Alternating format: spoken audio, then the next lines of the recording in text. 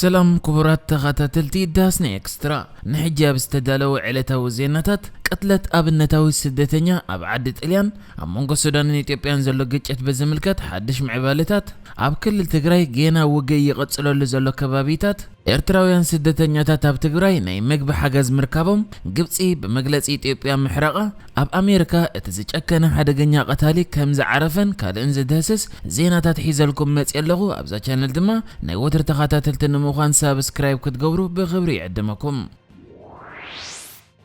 ኣብ ዓዲ ጣልያን በመረባሓት ጣልን አጅቦ በመደላውን ተፍለጥ አመሰላት ስደተኛታት ተነጥፍ አብነታዊት ኢትዮጵያዊ ስደተኛ አጉይቱ ጉዴታ አመንበር ገዝ አመይታ ከም ዝተረኽበት ተገሊጹ ኤምባሲ ሃገር ኢትዮጵያ ኣብ ዓዲ ጣልያን ኣብ ዘውጽ ሓበሬታ ከሳብ ሕጂ ፖሊስ ጣልያን ድሕሪ ዝገበሮ መርመራ መስኣተ ቆጺሩ ዝሰርሕ ዝነበረ ስደተኛ ነቲ ቅትለት ከም ዝፈጸሞ ተኣሚኑ ከም ዘሎ ገሊጹ ሞት ናይታን ኢትዮጵያውያን ኮነ ንካልኦት አፍሪካውያን ስደተኛታት ብምሕላቕ እትፍለጥ አጊቱ ኣብ ልዕሊቶም ስደተኛታት ጥራይ ዘይኮነ ኣብ ልዕሊ ህዝቢ ጣልያኑን ከቢድ ሰንባዳ ከም ዝፈጠረ እቲ ናይ ኤምባሲ ኢትዮጵያ ዲፕሎማስኛ ገሊጹ አጊቱ ጉዴታ ኣብ ከተማ ቴረንቲኖ ፍሉይ ሽሙ ፍራንሲስ ሊንጎ ኣብ ዝተባሃለ ከባቢ ኣብ ዝርከብ መንበሪ ገዝኣ ኣብ ርእሳ ጉድኣት በጽሒዋ ሞይታ ተረኺባ ኣብታና ዓመታት ዝነበረትላ እንባታት ዝበዝሓ ምስ ጀርመን እትዳወብን ዞባ ቴረንቲኖ ኣብ ዓሌት መሰረት ዝገበሩ መጥቃዕታት የጋጥምዋ ከም ዝነበሩ ንፖሊስ ኣፍሊጣ ዝነበረት ኮይና ገሊኦም ከዓ ካብ ሕብሪ ቆርበታ ብምብጋስ ክፍእቲ ጸላም እንዳበሉ ይጸርፍዋ ከም ዝነበሩን እቲ ትነብረሉ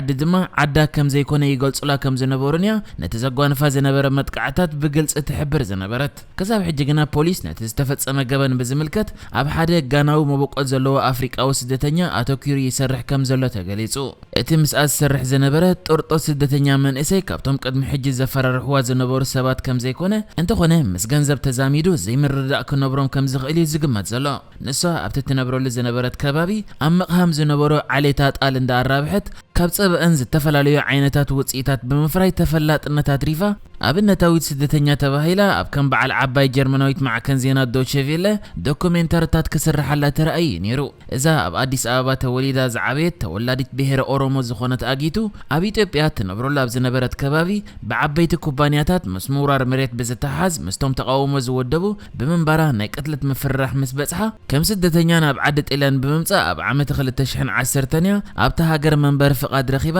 ዕውት ዝኾነ ሸቐጥ ከፊታ አብነታዊ ስደተኛ ተባሂላ ዝጸንሐት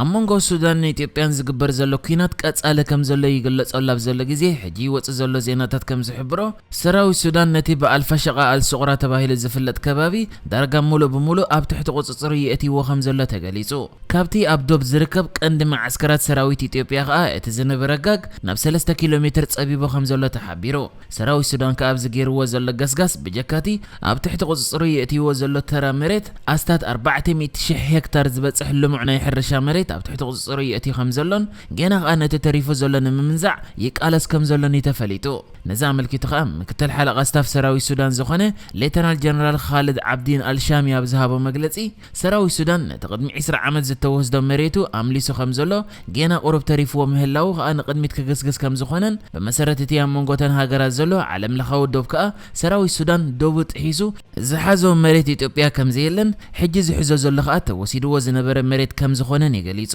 ብዛዕባ ዘኩና ተመልኪቱ ይወጽ ዘሎ ጸብጻብ ከም ዝሕብሮ ከዓ ክልቲአን እዘን ሃገራት ማለት ኢትዮጵያን ሱዳንን ኣብ ዶባተን በጀካቶም ኣብቲ ዘሎ ጎንፂ ኣብ ምስታፍ ዝርከቡ ሓይልታት ካልእ ብዝሒ ዘለዎም ወተሃደራት ናብ ዶባት የጸጋዓ ከም ዘለዋን ሱዳን ከዓ ብሓይሊ ኣየር ተሓጊዛ ብዝሒ ዘለዎ ኣጽዋር ናብቲ ዶብ ተምጽእ ከም ዘላ ተገሊጹ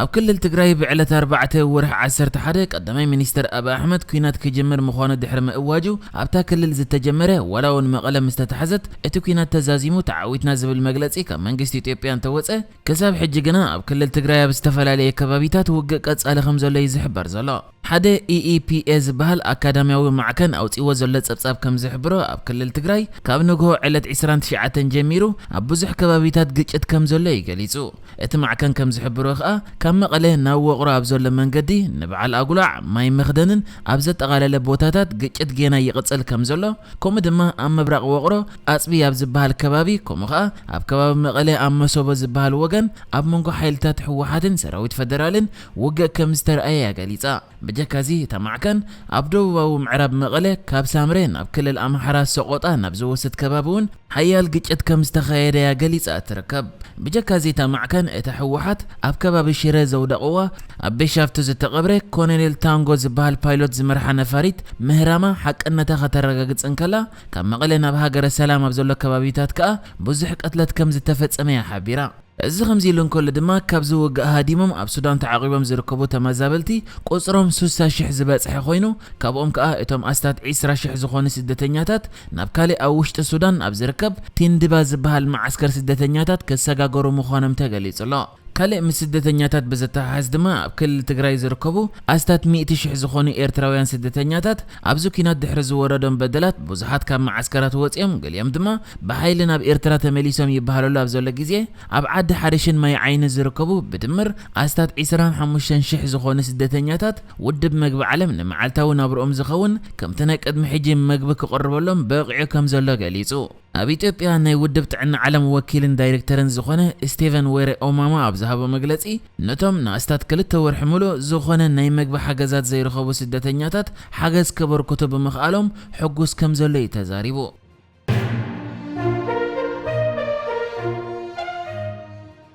ሚኒስትሪ ወጻኢ ጉዳያት ሃገረ ግብጺ ሃገሩ ንኣምባሳደር ኢትዮጵያ ኣብ ግብጺ ጸዊዓ ብዛዕባቲ ኣፈኛ ሚኒስትሪ ጉዳያት ወጻኢ ኢትዮጵያ ውሽጣዊ ጉዳይ ግብጺ ኣመልኪቱ ዘውጽኦ ቃላት መልሲ ክህብ ሓቲታቶ ከም ዘላ ሓቢሩ ሚኒስትሪ ወጻኢ ጉዳያት ግብጺ ከም ዝሓበሮ ከዓ መንግስቲ ኢትዮጵያ መንገዲ ኣፈኛ ወጻኢ ጉዳያት ገይሩ ኣብ ውሽጣዊ ጉዳያት ግብጺ ኣመልኪቱ ከም ዝተዛረበን ሃገሩ ከዓ ነዚ ዘለዋ ተቃውሞ ንምግላጽ ንኣምባሳደር እቲ ሃገር ኣብ ግብጺ ጻውዒት ኣቕሪባ መግለጺ ክህብ ሓቲታቶ ከም ዘላ ክትሕብር እንከላ እቲ ንሃገረ ግብጺ ይሕሪቆ ዘሎ መግለጺ ኢትዮጵያ ግና እንታይ ምዃኑ ብልክዕ እዚ ናይ ግብጺ ሚኒስትሪ እኳ እንተዘይገለጸ መንግስቲ ግና በቲ ናይ ወሃቢ ቃል ሚኒስትሪ ጉዳያት ወጻኢ ኢትዮጵያ ውሽጣዊ ጉዳያት ግብጺ ዘተኮረ ዘረባ ሕጉስ ከም ዘየለ ይገሊጹ ከምዝፍለጥ ግብጽን ኢትዮጵያን ብሰንኪቲ ኢትዮጵያ ተሃንጾ ዘላ ዲጋ ዝምድናን ሓርፊፉ ዝጸንሐ ኮይኑ ኣብ ዝሓለፈ ቀረባ መዓልታት ከዓ ግብጺ ኣብቲ ሱዳንን ኢትዮጵያን ዝገብርኦ ዘለዋ ግጭት ሱዳን መሬታ ከተመልስ መሰላይ ብምባል ንሱዳን ደገፋ ክትገልጽ እያ ተራእያ ነይራ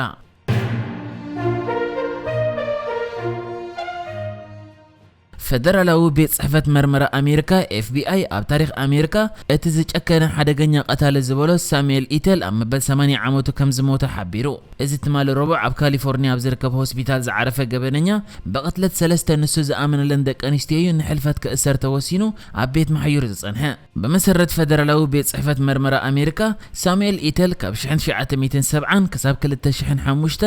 ልዕሊ 93 ደቂ ኣንስትዮ ከም ዝቀተለ ዘረጋገጸ ኮይኑ መብዛሕትአን ግዳያት ሳሙኤል ከዓ ካብ ማሕበረሰብ ዝተገለላ ኣብ ናይ መንዝርና ስራሕ ዝተዋፈራ ኣብ ወልፋ ሓሽሽ ዝተጸምዳ ጸሊም ሕብሪ ቆርበት ዝነበረን ደቂ ኣንስትዮ ከም ዝነበራ ይዝግለጽ ሳሙኤል ተጓሳጣይ ብምንባሩ ንግዳያቱ ቅድሚ ብገመድ ምሕናቁ ብማህረምቲ ሃልዋተን ከም ዝስሕታ ይገብረን መንባሩን መርመርቲ ይሕብሩ እዚ ኣብ ዓመት 2012 ዕፀ ፋረስ ኣዘዋዊርካ ተባሂሉ ኣብ ትሕቲ ቀይዲ ዝኣተወ ሳሙኤል ናይ ዲኤንኤ መርመራ ምስተገብረሉ ካብ 1987 ክሳብ 1989 ኣብ ሎስ አንጀለስ ዝተፈጸሙ ቅትለታት ኢት ከም ዝነበሮ ተረጋጊጹ በዚህ መርመራ ምስተገብረሉ ድማ ወላውን ዝበዝሐ ኣይገበርኮን ኢሉ እንተነጸገ ክሳብ 93 ድበጽሐ ደቂ ኣንስትዮ ከም ዝቀተለዩ FBI ዝሕብር نحجز تدالو الزيناتات ازينيرو بكالك ساب نرغب سلام نعخم